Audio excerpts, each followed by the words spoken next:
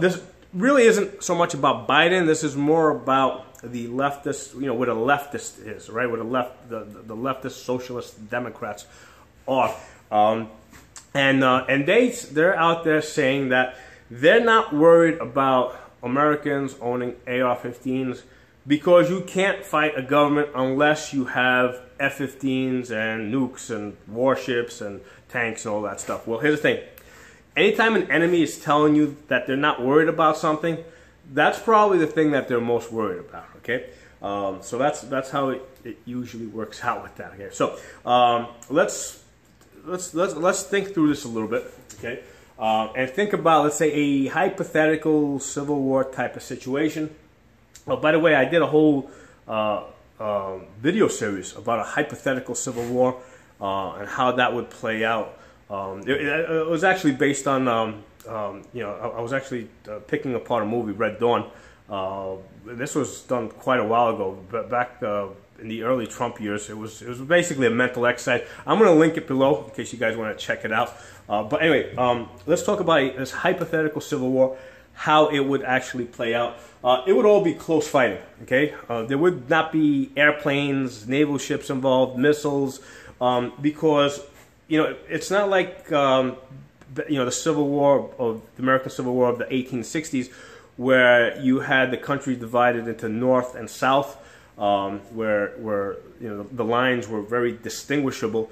Right now you've got leftist socialist Democrats and normal people, okay, evenly mixed throughout the country. Okay, so you might have, like back in 2020, if you were driving around town, you would have seen houses that had a Trump sign on them, and right next to it you would have had a Biden sign.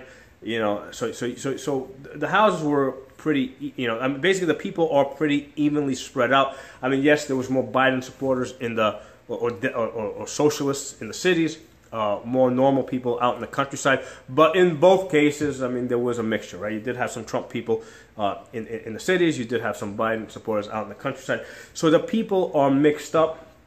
You cannot bomb the houses of, let's say, the normal people, right, without also burning down the houses of the leftists that are living next to them. Okay, so that's how that works out. That's why you can't use airplanes. It's all close, almost hand-to-hand fighting.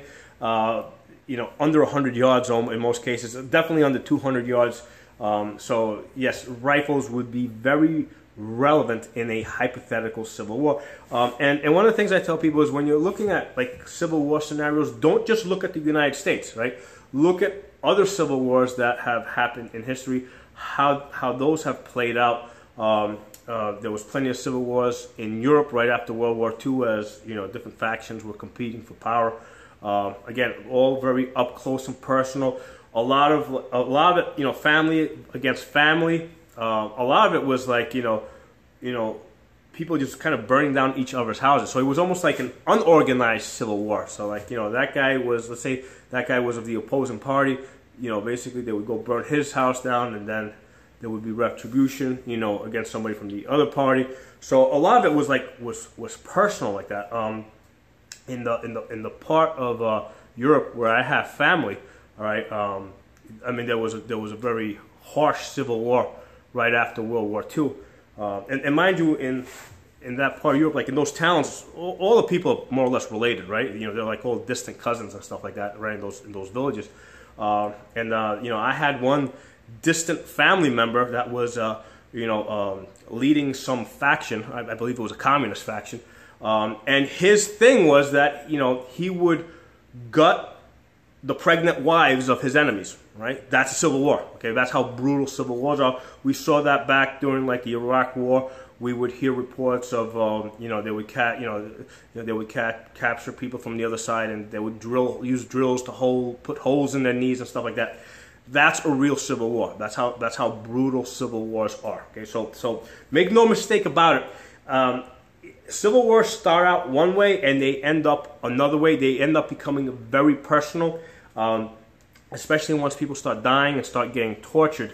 Then it's like absolute hatred of one side versus, of one group of people versus the other group of people. and the politics that started it aren't even a factor anymore. It's just like they hate those people because they did this to them or they did this to their family. That's how civil wars end up. That's why they're brutal and they're very hard to actually mend afterwards, right? So anyway, so it's all close fighting. It's all very personal. It ends up being neighbor versus neighbor.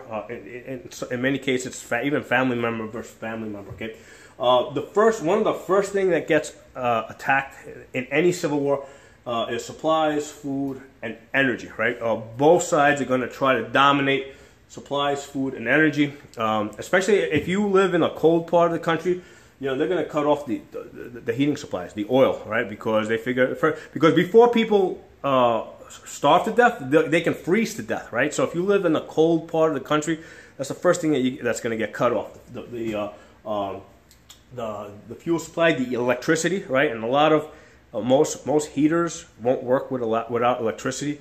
And the electricity is a very vulnerable source. I mean, you can knock out the power stations, but you can even do it locally just by shooting out the transformers, right? It takes like a day to change one transformer on the top of a pole. Okay, I know because occasionally a car knocks one of them down in my area, and the power gets put out for a whole day just to change one transformer. Okay, so both sides are going to attack. At first they're going to try to attack and destroy the supplies, food, and energy of the other side, just to deny it to them. Then they're going to try and hoard it from themselves as it becomes more scarce.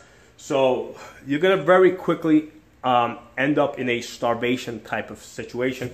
And if you guys remember the great toilet paper shortage of 2020, well, imagine what happens when the food supplies get cut off. Okay, most supermarkets have like 2-3 days worth of food. And you cut off the fuel supply.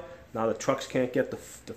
If you cut off the fuel supply, the trucks can't get the food to where it's got to go.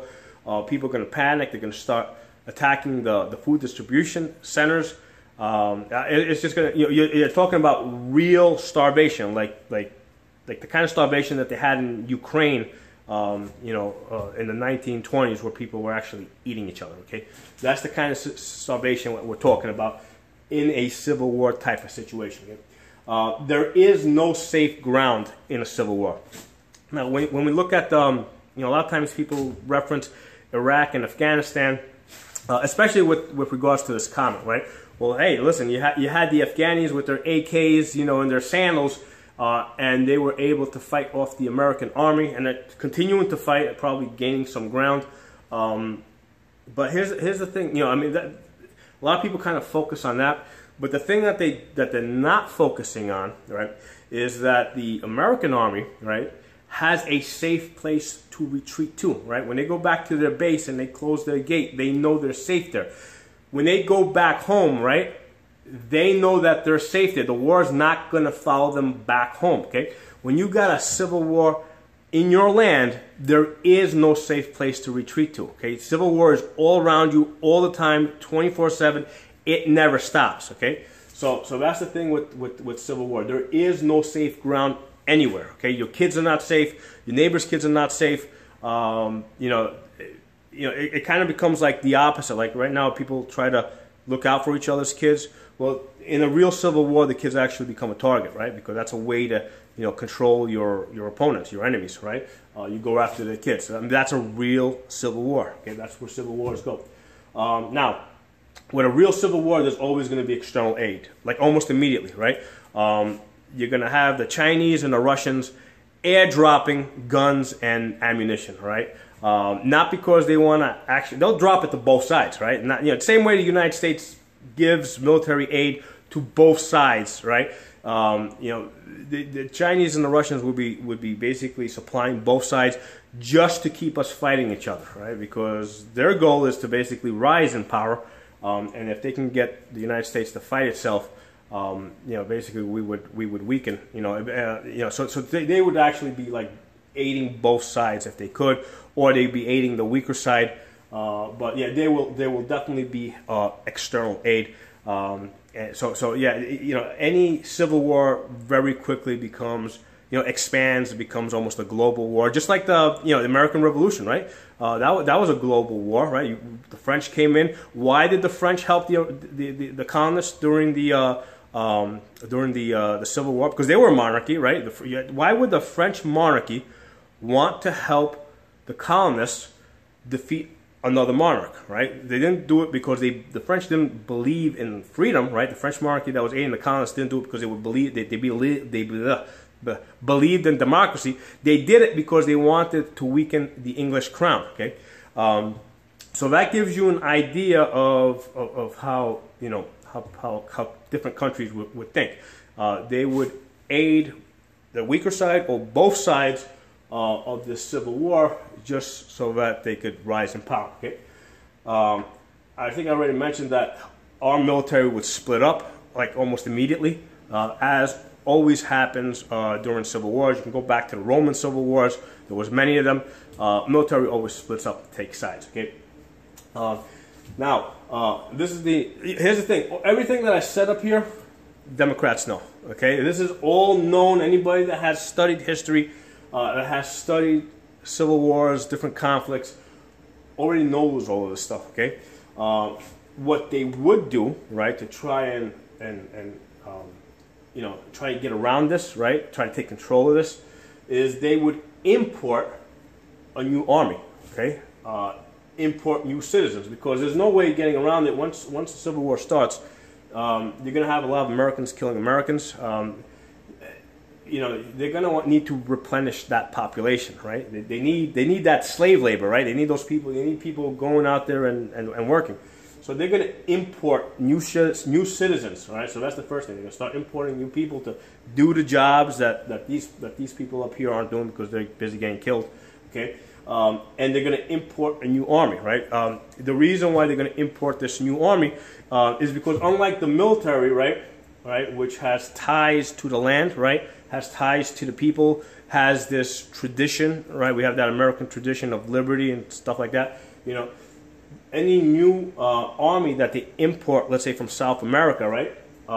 They're not going to be bringing in that baggage, right? If they bring in a new army, they're coming in. They are going to be local. They're going to be loyal to their new boss. Okay, and we saw this. We can see this with the Romans, right? The Romans they used auxiliary armies, right? But here's the thing: what the Romans did. And they did this very successfully. Like they would, because they were all over the place, right?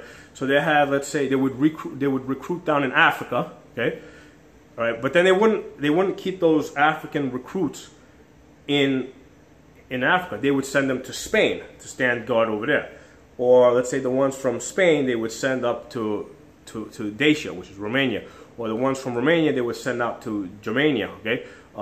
So they would always, they would recruit from different parts of their empire, but they wouldn't keep those soldiers there. They would send them to other places where at first they don't speak the language, right? Different language. So hey, when the people are crying for mercy, you don't understand that. Okay, so that's a big thing. And again, they're not tied to the people, right? And we see this like with American soldiers, right?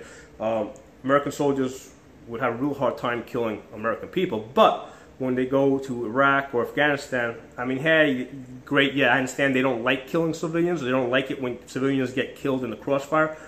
But it's not like, they get over it, let's put it that way, right? Because those aren't their people. So that's how you fight the Civil War. That's how Democrats would fight this war. They would import new citizens, import a new army that would be loyal to them. So I hope, I'm not going to say I hope you guys enjoyed this, because I don't think this is a very joyful video, but I hope you guys found this information useful. Post some comments. I love hearing from you guys. If you're not a member of the channel, subscribe. I'll talk to you guys soon.